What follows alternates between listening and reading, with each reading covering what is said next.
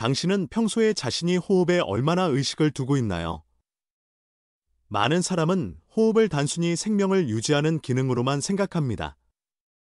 그러나 불교 세계에서는 호흡이 생사의 경계를 넘어 우주의 이치를 비추는 거울이라고 오랫동안 여겨져 왔습니다. 실제로 고대 인도나 중국의 불교 승려들은 호흡의 원리를 철저히 연구하여 그 안에 숨겨진 비밀을 밝혀냈습니다. 예를 들어 어떤 경전에는 호흡이 마음을 제어하고 마음이 세상을 제어한다고 적혀 있습니다. 이는 호흡을 깊이 이해하면 우리의 정신 더 나아가 운명까지도 다룰 수 있다는 뜻입니다. 놀라운 점은 이 생각이 현대 과학이 밝혀낸 호흡과 뇌의 관계와도 일치한다는 사실입니다. 그렇다면 불교가 발견한 호흡의 비밀이란 무엇이며 이를 알면 우리의 삶은 어떻게 달라질 수 있을까요? 지금부터 그 깊은 내용을 살펴보겠습니다. 1. 호흡이 이어주는 신체와 우주. 호흡은 단순히 산소를 교환하는 일이 아니라 우리 몸과 우주를 연결해주는 다리라고 불교에서는 예로부터 생각해왔습니다. 실제로 여러 경전에는 호흡을 가다듬으면 자신의 본질을 알 수 있다고 기록되어 있습니다. 이것은 단순한 비유가 아닙니다. 현대 과학에서도 호흡의 리듬이 뇌파와 자율신경에 영향을 주어 마음 상태를 좌우한다는 사실이 밝혀졌습니다. 즉, 호흡을 이해한다는 것은 곧 자기 내면을 이해하는 것과 이어집니다. 불교에서 호흡의 중요성을 보여주는 대표적인 근거 가운데 하나로 아공교가 있습니다. 여기서는 불교 수행자가 들숨날숨을 관찰함으로써 정신의 안정과 깊은 깨달음을 얻을 수 있다고 설합니다. 이는 단순히 이완을 위한 호흡법이 아니라 세상 자체의 이치를 아는 방편으로 여겨졌던 것입니다. 호흡이 신체와 우주를 잇는다는 생각은 고대 인도의 프라나, 중국의 기 개념과도 깊이 이어져 있습니다. 인도 철학에서 호흡은 단순한 공기의 흐름이 아니라 생명 에너지의 흐름이며 이를 의식적으로 다듬으면 심신의 조화가 생긴다고 보았습니다. 한편 중국의 도교나 선종에서는 호흡을 가다듬는 것이 곧 하늘과 땅의 에너지와 합이라는 것이라 여겼습니다. 즉, 호흡을 단순한 생리 현상이 아니라 생명의 근본 에너지로 간주한 것입니다. 불교에서는 이 호흡 생명 에너지라는 발상이 더 발전하여 속이라는 개념으로 이어집니다. 예컨대 야마토 주엠코에는 사람의 목숨은 숨 안에 있고 숨이 다하는 순간 목숨이 다하는 순간이 된다고 적혀 있습니다. 이것은 호흡이 단순한 공기의 출입이 아니라 생명 그 자체를 상징한다는 생각을 보여줍니다. 그렇기에 불교 수행자들은 호흡을 깨달음의 입구로서 소중히 여겨왔던 것입니다. 이처럼 불교에서 말하는 호흡은 단지 육체적 행위가 아니라 우주의 섭리와 깊이 맞닿아 있습니다. 실제로 현대 과학에서도 호흡이 우리 몸뿐 아니라 마음과 뇌에 작용 나아가 건강 전반에까지 영향을 준다는 사실이 분명해졌습니다. 예를 들어 깊고 천천히 호흡하면 부교감 신경이 활성화되어 스트레스가 완화된다는 사실이 알려져 있습니다. 이는 호흡을 고르면 마음이 고요해진다는 불교의 가르침과 정확히 일치합니다. 게다가 불교의 가르침과 현대 양자물리학의 개념에서도 공통점이 보입니다. 양자역학에서는 모든 물질이 파동의 성질을 지니고 에너지의 흐름 속에 존재한다고 봅니다. 이것은 만물이 서로에게 영향을 주고받으며 함께 존재한다는 불교의 사상과 놀라울 만큼 일치합니다. 즉, 호흡이란 단지 개인의 행위가 아니라 우리가 이 세상과 연결되어 있음을 증명하는 자체인 것입니다. 불교에서는 이를 직제라는 말로 표현하는 경우가 있습니다. 오늘날에는 무사함을 뜻하는 말로 쓰이지만 본래는 올바른 호흡을 통해 재앙을 멀리한다는 의미를 지니고 있었습니다. 즉, 올바른 호흡이 몸과 마음뿐 아니라 운명까지도 좌우한다고 생각되었던 것이지요. 더 나아가 불교에서 호흡이 강조되는 이유 가운데 하나로 삼행의 가르침이 있습니다. 삼행이란 신구의 세 가지 행위를 말하는데 호흡은 이 모든 것에 영향을 끼친다고 여겨집니다. 예컨대 호흡을 바르게 하면 몸의 움직임이 온화해지고 말이 잦아들며 마음이 맑아지는 흐름이 생깁니다. 이것이 곧 호흡을 고치는 일이 인생 전반을 고치는 길과 연결된다는 불교의 주장입니다. 또한 흥미로운 점은 고대 불교 승려들이 호흡의 길이와 수명 관계도 언급했다는 것입니다. 예를 들어 인도의 오래된 불교 문헌에는 숨을 빠르고 거칠게 쉬는 이는 빨리 늙고 고요하고 깊은 호흡을 하는 이는 장수를 누린다고 적혀 있습니다. 이는 현대 연구와도 부합하여 깊고 천천히 호흡하는 것이 노화를 늦추고 건강 수명을 늘릴 수 있다는 사실이 밝혀지고 있습니다. 결국 호흡의 리듬은 우리 삶의 방식 자체를 반영하는 것이라 할 수 있습니다. 이처럼 불교에서는 호흡을 우주와 이어지는 수단으로 여겨왔고 이것을 바로잡는 일이 인생을 바로잡는 일이라 믿어왔습니다. 그렇다면 구체적으로 어떻게 호흡을 가다듬으면 좋을까요? 이 호흡과 시간의 관계 과거, 현재, 미래를 넘어서는 법. 우리는 대개 과거에 매이거나 미래를 걱정하며 살아갑니다. 하지만 불교는 시간이라는 개념을 근본부터 되짚어 참되게 산다는 것이 무엇인지를 물어왔습니다. 그리고 그 열쇠가 바로 호흡입니다. 호흡은 우리의 생명활동 그 자체이면서도 과거에도 미래에도 있지 않고 오직 지금 이 순간에만 존재합니다. 그렇기에 불교에서는 호흡에 집중하는 것이 곧 시간을 초월하는 일로 귀하게 여겨져 왔습니다. 예컨대 화엄경에는 한 번의 발걸음 안에 과거, 현재, 미래가 깃들어 있다고 가르칩니다. 이는 단 한 번의 호흡 속에도 우리가 쌓아온 과거의 업이 반영되고 미래로 이어질 영향이 생긴다는 의미입니다. 불교에서는 시간이 직선으로 흐르는 게 아니라 무수한 점이 겹쳐진 것처럼 여겨집니다. 그래서 미래가 불확실해도 지금 이 순간 올바로 호흡하는 것이 결국 미래를 바르게 하는 길이라고 설해왔습니다. 이러한 사고방식은 우리의 마음 상태에도 깊은 영향을 줍니다. 사람은 과거의 후회나 미래의 불안에 빠지면 숨이 얕아지고 생각도 뒤엉키기 쉽습니다. 반대로 깊고 고요하게 호흡하면 자연스레 마음이 차분해지고 지금에 집중할 수 있습니다. 이것이 곧 호흡을 가다듬으면 마음을 고칠 수 있다는 불교의 가르침 중 하나입니다. 실제로 선의 수행에서는 일시기폰이라는 표현이 쓰입니다. 한 번의 호흡에 온 힘과 정신을 쏟아부어 과거나 미래에 끌려가지 않고 오직 지금을 사는 것의 소중함을 전합니다. 게다가 불교는 호흡의 길이와 수명의 관계에도 오래전부터 주목해왔습니다.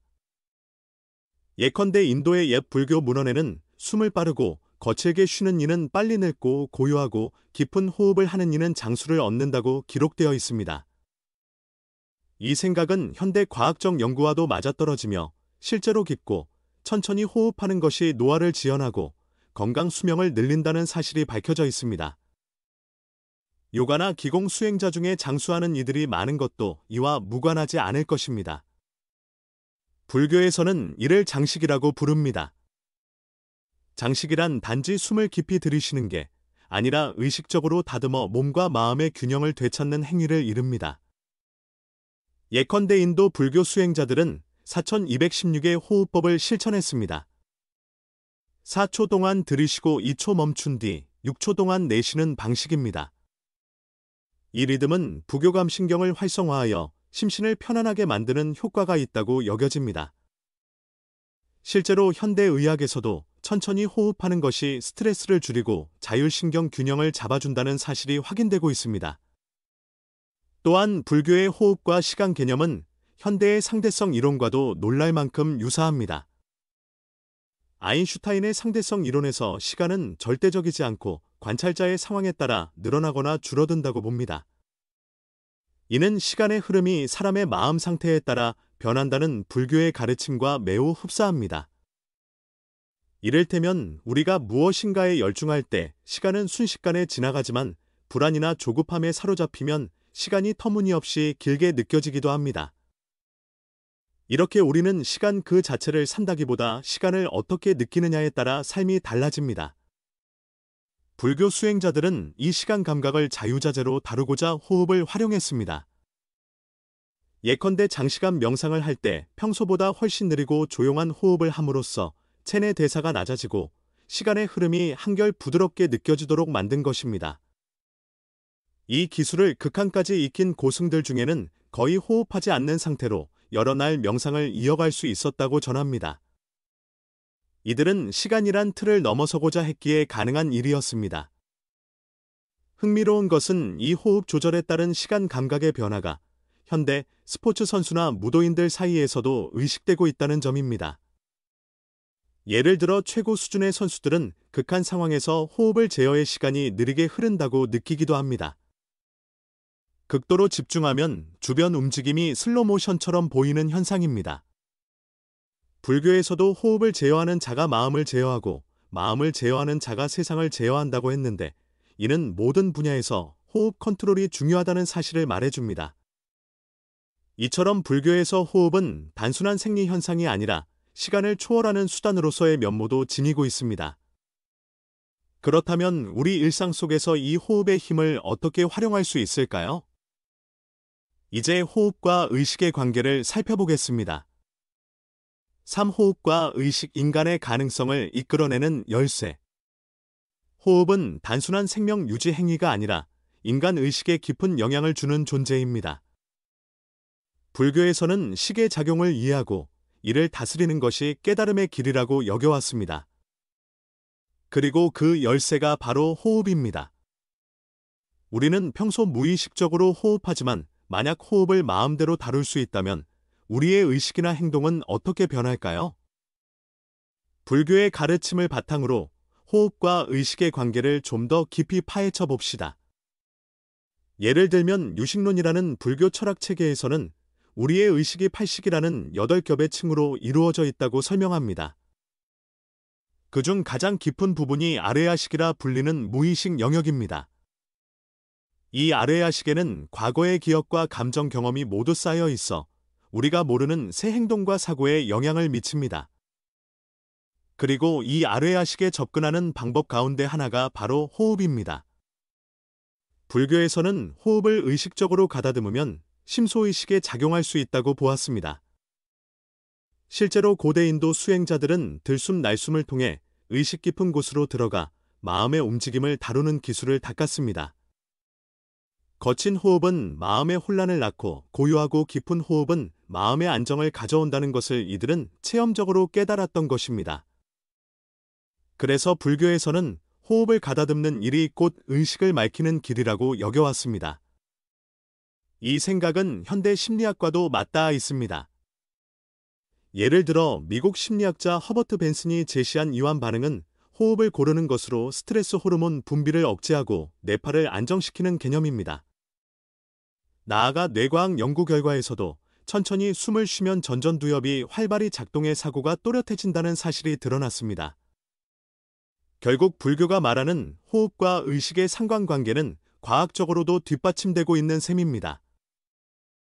그렇다면 구체적으로 어떻게 호흡을 다듬어야 의식 변화가 실감될까요? 불교에서는 의식 상태를 3가지 경지로 설명하기도 합니다. 첫째는 산란이라고 부르는 상태로 외부 자극에 휘둘려 마음이 들떠있는 상태입니다. 둘째는 상노라 하여 의식이 안정되고 사고가 정리된 상태입니다. 그리고 셋째는 무심의 상태로 사고 자체를 초월해 순수한 존재로서의 의식이 드러나는 경지입니다. 이 3가지 경지 변화의 열쇠가 곧 호흡 조절입니다. 예컨대 얕고 빠른 호흡을 하면 의식이 산란 상태에 빠지기 쉽습니다. 반면 천천히 깊은 호흡을 계속하면 의식이 상노로 바뀌며 생각이 선명해집니다. 그리고 호흡과 의식이 완전히 초월점을 찍을 때 무심의 경지에 이르게 됩니다. 이 경지에서는 과거나 미래에 휩쓸리지 않고 그저 지금 이 순간 존재한다는 느낌이 솟아납니다. 이는 불교 수행자가 지향하는 해탈의 상태와 비슷합니다.